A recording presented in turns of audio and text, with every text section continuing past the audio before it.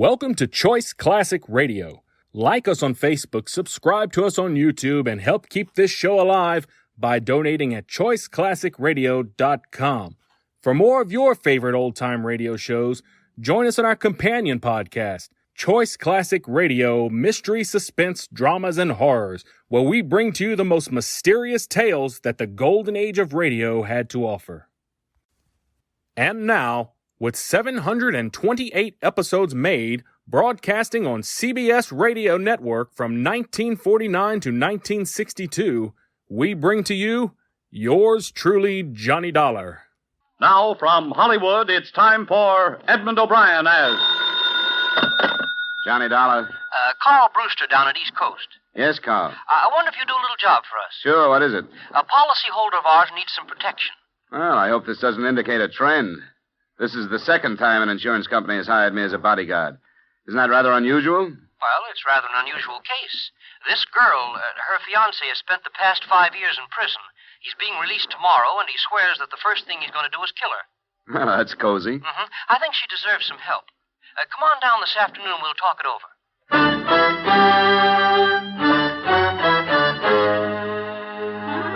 Edmund O'Brien in a transcribed adventure of the man with the action-packed expense account, America's fabulous freelance insurance investigator. Yours truly, Johnny Dollar.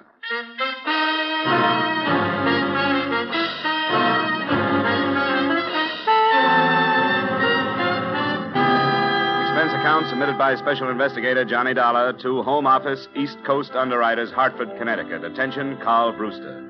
The following is an accounting of my expenditures during assignment on the Virginia Beach matter. Expense account item 1, $1.50 cab fare from my apartment to your office. Well, you're prompt, Dollar. How are you, Mr. Brewster? Or did we set any particular time? No, I guess we didn't. Well, I'm glad to see you anyway. Sit down. Thank you. Now, let's see. Oh, yes, the Browning girl, Janice Browning. How much did I tell you over the phone? That her boyfriend was getting out of stir and was going to kill her. What you left unsaid was that she probably deserves it. What's that? I don't hold much sympathy for these dames that get themselves involved with some hoodlum and then decide to get disinvolved the minute the going gets rough. But it's your money.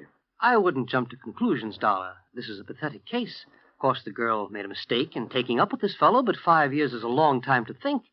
And she'd realized her mistake. What did he go up for? I believe it was robbery. Do you know if she spent all the loot before she realized her mistake? Now, Dollar. Why doesn't she hire a bodyguard herself? Because she can't afford it. She has nothing. She turned to us because there was no place to go. Poor thing is in desperate fear of her life, Dollar. Surely you can appreciate that. Okay, give me the rest. And there's a little more. She's living in Virginia, outside of Norfolk, Virginia Beach. Janice Browning, was it? I have her address for you. Her fiancé's name is Robeson. Mark Robeson. And he's due out tomorrow.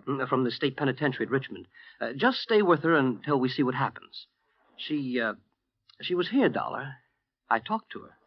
This will not be an unpleasant assignment for you. She must have something more than a policy to knock this whole company off its feet far enough to hire a bodyguard. That could spell bankruptcy if it went far enough.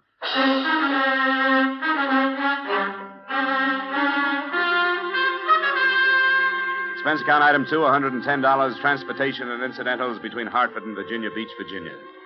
Virginia Beach seemed hardly the scene for potential murder. A white strip of sunny beach on one hand and a friendly forest of pine on the other.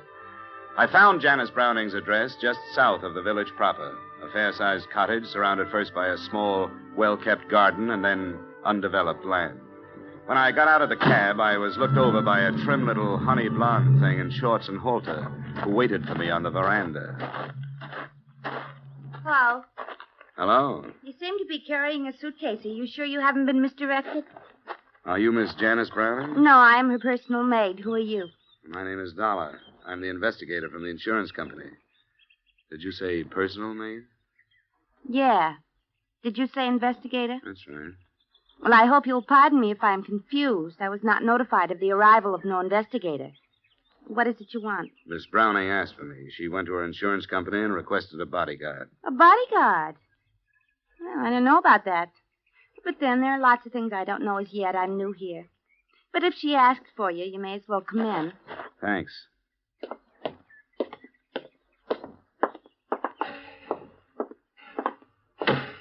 suppose you were surprised when I said I was Miss Browning's personal maid because of the way I'm dressed, if you'll pardon the expression. As a matter of fact, I was surprised that she had one. Why'd you say that? I'd been led to believe that she couldn't afford things like that. Well, between you and I haven't been paid yet. But she seems to be very generous. She turned over her entire wardrobe for me to wear at any time. Yeah, but maybe that's a bad sign. Maybe she's going to pay me off in clothes, and they don't quite fit, as you can see. How long have you been here? Just only 3 days. My name's Betty Light. I took the name Light from my stepfather. What are you doing here? Well, Miss Browning has a fiancé coming out of prison today, and she's afraid to meet him alone. Prison? Well, you could never tell. But I suppose it's her business. What is it? Well, if I was sweating out a fiancé after all that time, I wouldn't be quite so thick with what she's thick with. What do you mean? Well, if I were him, I'd feel cheated. She hasn't been wasting her time, from what I can tell. And in 1 week, that's plenty. But I shouldn't be gassing like this. Who is he? His name is George Masters. And if there's a fiancé on tap, he'd better be careful. Why is she afraid, as if she shouldn't be? Well, because she changed her mind about him and evidently didn't tell him about it. Sure, the same old story. Well, this is a surprise to me, but the least I can do is work out the wig. You know, Betty, I feel the same way. It was just past midday when I arrived, and wasn't until almost 5 that a cream-colored convertible coasted into the driveway carrying a man and another honey blonde. I could see immediately how Janice Browning had swept the insurance company off its feet. How do you do, Mr. Dollar? I'm so glad you're here. Oh, may I present Mr. Masters? Mr. Masters? I won't stay, Jan. I know you have things to talk over. I'll pick you up at 7. All right, George. Bye, Dollar. Feel a lot better, too, now that you're here. I'll do what I can. See you at 7, Jan. I'll be ready. Oh, please sit down, Mr. Dollar. Betty, Yes, Miss Browning. I don't think we'll need anything, and I'd like to see Mr. Dollar alone, if you don't mind. Oh, by all means, Miss Browning. Could I have your permission to visit the beach? Of course, stay as long as you like. You know where the beach things are. Oh, I wouldn't think of encroaching. I'll just go the way I am. She's the strangest girl. Where'd you find her? She was a waitress in New York. I asked her if she wanted to come down for the rest of the summer. I thought she'd be company. But she's become so formal, or tries to be. Oh, would you like a drink or something? No, thanks. I suppose you think I'm an awful coward to scream for help the way I did. Well, I haven't heard all the particulars. I really didn't know what else to do. I thought of running away, but, well, I've made friends here. There's the simple fact that I don't have any money. How serious do you think this threat to kill you is? I'm afraid it's quite serious. But I don't know what will happen, and I wanted somebody to be with me. When did you see him last? 6 months ago. I thought about it for a long time, about breaking our engagement and which would be the best way to do it, and I decided to face him while he was still in prison and simply tell him I couldn't go on. Well, that wasn't the easiest way to hand it to him. I know, but it was the fairest, I thought. He didn't create a scene or anything, but I'll never forget his expression. He just looked at me and said, "Have your fun.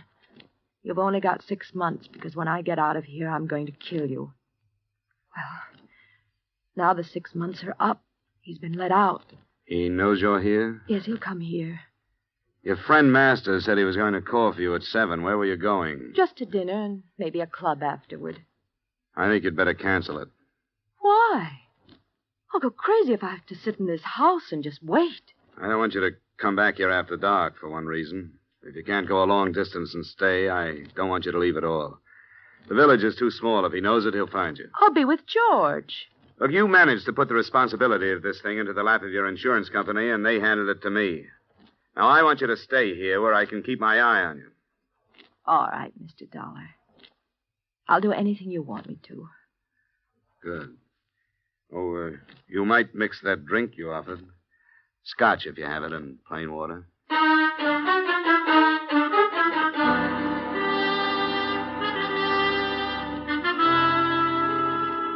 The rest of the evening was spent with small talk and mounting tension. The state penitentiary was no more than 100 miles from Virginia Beach, and since it's the habit of prisons to turn out their guests at dawn, Mark Robeson had had plenty of time to make the trip. In spite of a sultry night, I closed and locked all the doors and windows, and by 11, the cottage was dark, with everyone retired. The living room was the most strategic spot in the house, so I stretched myself across a couch that was too short for me and listened to the silence. It must have been some time after midnight when I heard a door crack behind me. Who's that? It's I, Mr. Dollar. Oh, you shouldn't be roaming around the house, Betty. I darn near laid a chair across your head. Oh, it was too hot to sleep, and besides, I have a few things on my mind if you're interested. Sure, sit down. Thanks. Did I not understand you to say that this Con was her fiancé? That's right. Well, she certainly lives in circles, if you ask me. I happened to uncover some information that will knock you for a loop. What? Well, basically, I've never been a snoop, but I didn't go to the beach. Oh? No, after you advised me of the situation around here, I felt I had a right. I went into her room, which is no more than an oversized closet with bath. And it's a good thing I did, because in a drawer, I found a picture of Miss Browning posing as a bride. A bride? Yeah. Are you sure of that? As sure as I'm sitting here. And the guy standing with her was a bridegroom if I ever saw one. Were they fancy? What do you think of that? I don't know. It doesn't necessarily mean anything. But from what I've overheard, this fiancé of hers has been in prison for 5 years. Yeah, that's the story. Then how come her wedding picture was taken in 1947? Was it? And that's what's stamped on the back of it. Now, is that screwy or isn't it? It definitely is. And there are some other things that don't ring truly. For example, this mug she is currently tied to. I heard her when she called him tonight, and it sounded more like... He blasted your room. Get down on the floor. Stay there. Hey, hold it! Hold it, Ropes! He hadn't moved away from the window he fired through. When I got to him, he was still pointing the now empty gun at me, pulling the trigger and looking down at it stupidly. Get away. I won't go back. I don't have to stay in the hospital now. I'm all better now. Give me the gun, Robeson. It's empty. No. It's mine. You're one of her men. She always had men. No, I'm not one of her men. Let's go in the house and calm down. You talk like a doctor. Yeah, you're a doctor. You can't take me back. Get away from me. You told me to make myself believe that she was dead and I'd sleep better. Come on, Robeson. Get away. I won't go back. Let go. Don't cause any more trouble, Robeson. Now, come on. I won't go back. Let go, Ropes. No. Now I don't have to go back. Let go.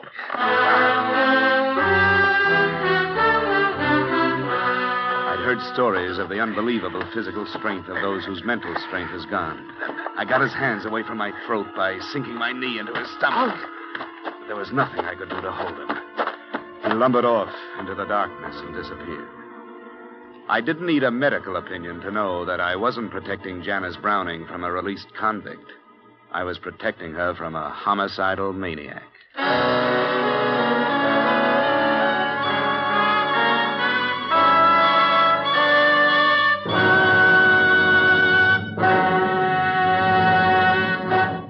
There's the opportunity of a lifetime waiting today for any healthy young American man. An opportunity to begin a profitable and stable career for himself and at the same time to offer assistance to his nation, to the United Nations in their present conflict against armed aggression. The United States Armed Forces need volunteers today in every branch of the service. You have the chance to choose not only the branch, but the type of work which you feel will be of the most benefit to you in the years ahead. May we suggest that you go to your nearest recruiting office now to see if you are eligible to volunteer and inquire about the many opportunities open to you. And now, back to our star, Edmund O'Brien, and the second act of yours truly, Johnny Dollar.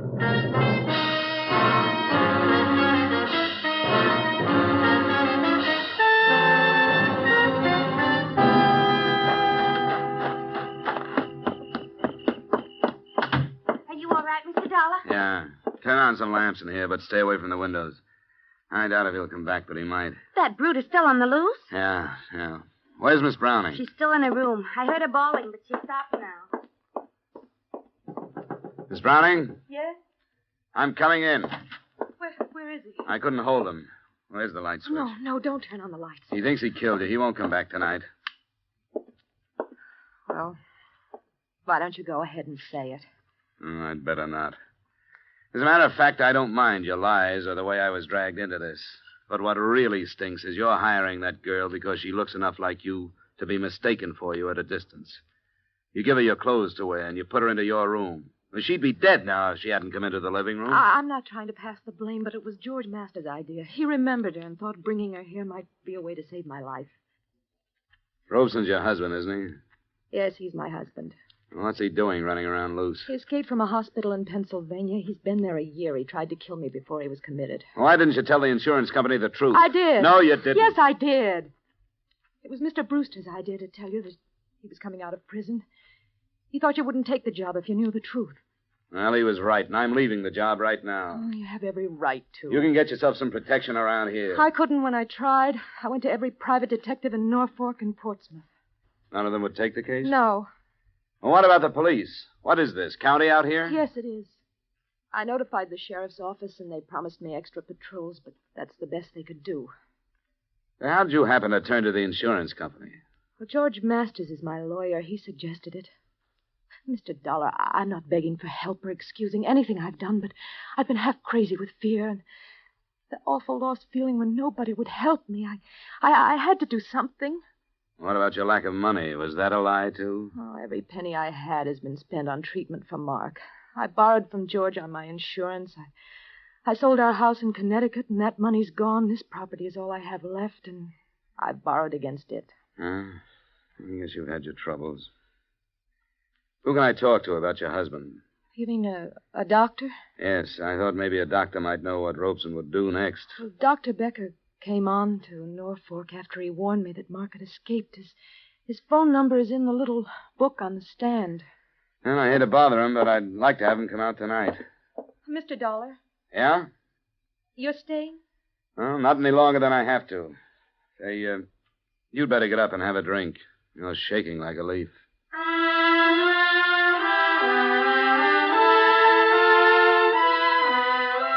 I changed my mind about dropping the case, Mr. Brewster, not only because she was a beautiful woman in a tough situation, but also for another reason. I awoke Dr. Becker at his hotel in Norfolk, and after I outlined the night's events to him, he agreed to come out.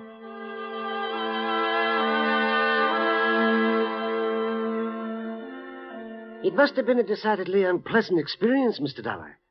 On the other hand, you are fortunate to be alive. Yes, I guess I am. Robeson is only dangerous when his basic jealousy is aggravated. You say you arrived with Luggy? That's right. Perhaps he was watching then and misunderstood your visit. Oh, I get it. Well, what do we do now, Doctor? He probably thinks he killed her. Can we expect him to come back? Well, that is hard to say. He'll suffer a deep sense of remorse. Then he may feel that what took place was only a figment, a dream. The remorse would cause introspection and keep him away. The fantasy thought might bring him back to investigate. When? Oh, who knows? Tonight even, or tomorrow. Would he try to kill her again? Oh, yes. An extremely strong fixation. Do you want him to come back? Well, I want to see the end of this. That's the best way I can think of.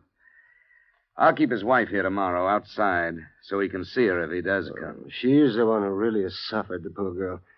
I wish there were a way to ensure her safety. We could alert the police. Well, with the police on the scene, then he would not return. Here she comes. Hello, Dr. Becker. Oh, good evening, my dear. Morning, rather. Oh, I'm so sorry about the trouble. Oh, I'm afraid it can't be helped. I was so sure at one point that he was responding to treatment. Oh, I know you've done your best, Doctor. Mr. Dollar, I may be imagining things, but I'm awfully worried. It'll be all right. No, I mean, I tried to phone George, and there's no answer. It's after 2, and he should be at home. Mark knew that George and I have always been friendly. Would there be any danger to this man, Doctor? Oh, I hardly think so. All of your husband's aggressive urge was directed toward you, Janice. Well, could we go and see if everything is all right? I can't help it. I'm worried. Where does he live? In the village. It's not far from here. Could we borrow your car, Doctor? Oh, by all means, my dear. Here are the keys. You'll come with me, Mr. Dollar? Oh, I'm not letting you go alone. We'll be back as soon as we can, Doctor.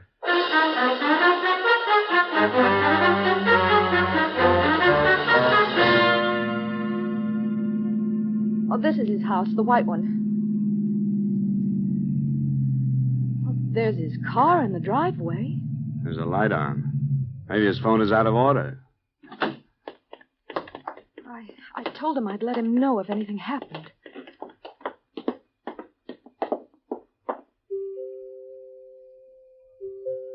George?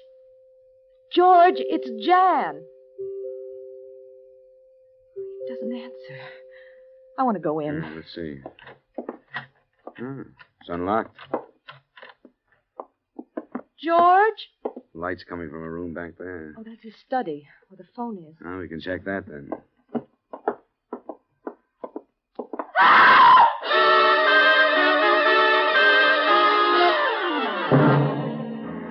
George Masters was lying face up in the middle of a room that had been pretty well torn up by the struggle. The first thing I noticed were the bruises left on his throat by the hands that had choked him to death. I noticed another thing when I went to the desk to phone the police.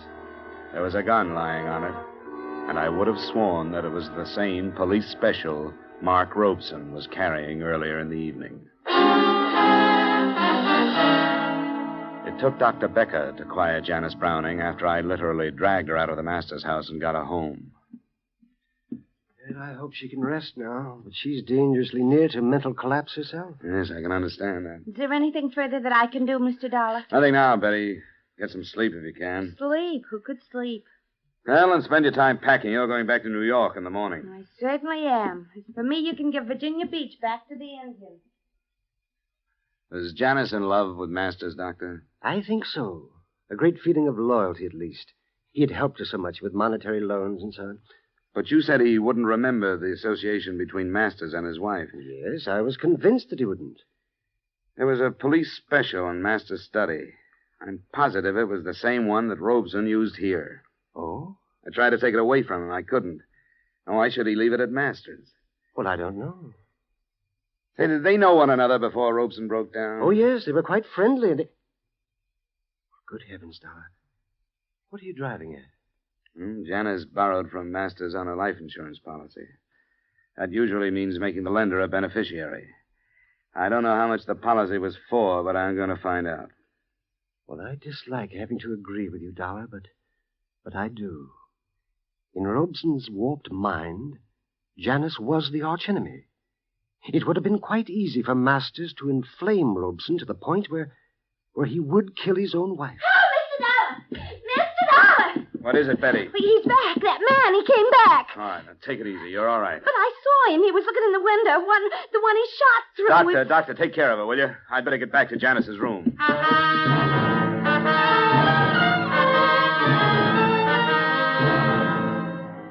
There was no more trouble that night, nor was there any rest. We knew that since Robeson had come back, he realized his mistake, and we knew that he would try to come back again.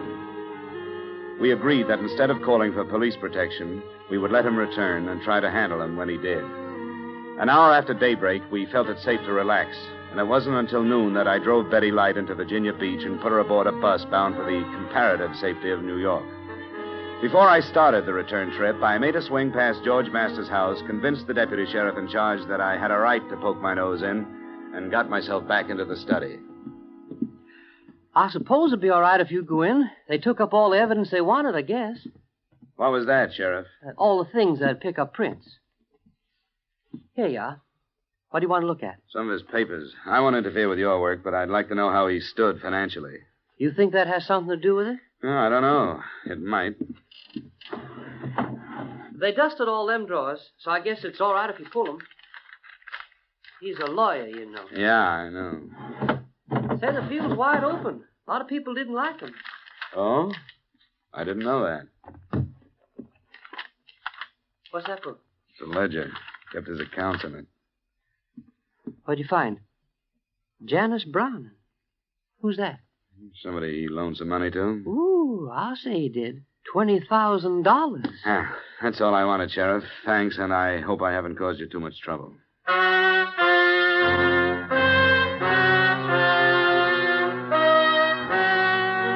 What I'd found was another link in a chain of circumstantial evidence that would never be used since George Masters was dead.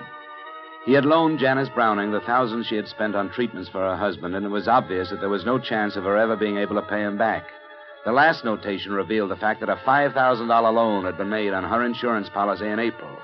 A long-distance call to the company told me that the policy was for $50,000 and that George Masters had become the sole beneficiary the same month, April.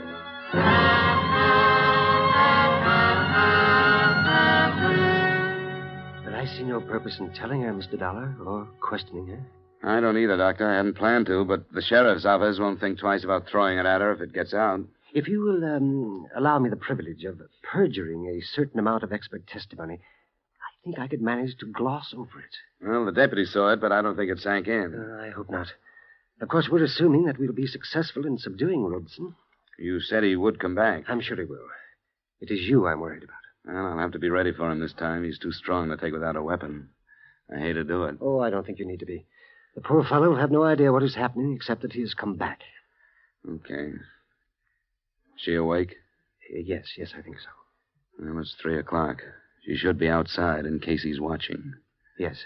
I'll go and explain our tactics to her. Good luck, Mr. Dollar. I hope all goes well.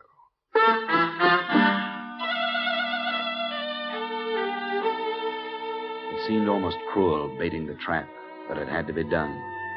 We paraded Janice Browning through the garden in her most fetching get-up until dark, and then sent her in to sit in front of an open window.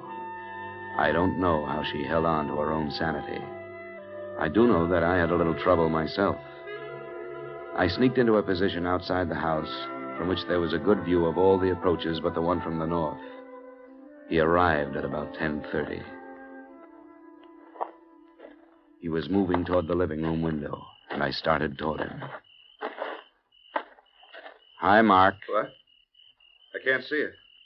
I'm George Masters. You remember? George Masters? That's right. It's your fault. She wasn't in that room. Did I tell you she was in that room? You aren't George Masters. He made a mistake. I told him, and he said I made a mistake. You're the doctor. Get away from me. We'll do it right this time, Mark. Come here. George Masters is dead. You aren't George Masters. No, I'm not, Mark. But you have to come with me. No, I don't. I won't go back to the hospital. I won't let you. Mark. Robeson, don't. Get away. No, I don't. I'm sorry, Robeson.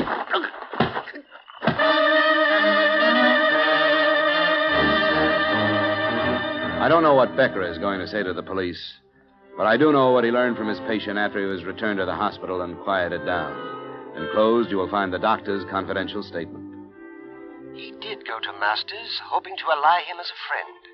Taking advantage of his escape, Masters armed him in the hope of realizing a profit from Janice's insurance policy. But Robeson, in his agitation, fired into the wrong room. And because he placed the blame for his mistake on Masters instead of himself, he became violent, and as a result, Masters was killed. Expense account item 3, same as item 2, transportation back to Hartford.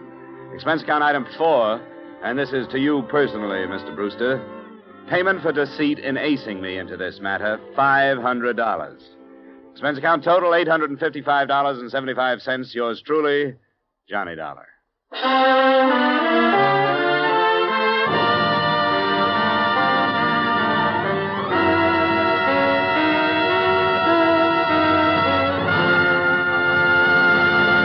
Yours truly, Johnny Dollar, stars Edmund O'Brien in the title role and is written by Gil Dowd with music composed and conducted by Leith Stevens. Edmund O'Brien can currently be seen starring in the Columbia Pictures production 711 Ocean Drive. Featured in tonight's cast were Bob Sweeney, Virginia Gregg, Gene Bates, Hy Averback, and Howard McNear. Yours truly, Johnny Dollar, was transcribed in Hollywood by Jaime Del Valle.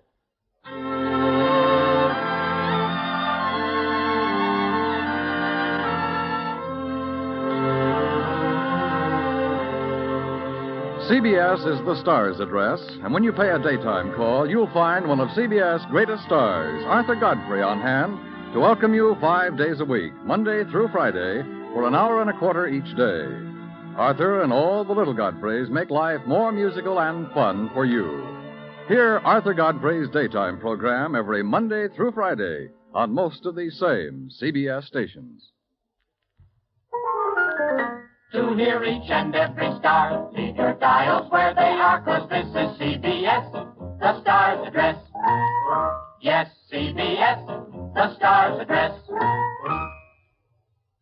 Yes, this is CBS, where Philip Marlowe takes the case every Friday night on the Columbia Broadcasting System.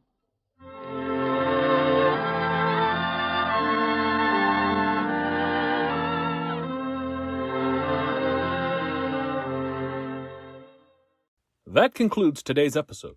We'd like to thank you and remind you to donate at choiceclassicradio.com. Remember, your donations make episodes like this possible.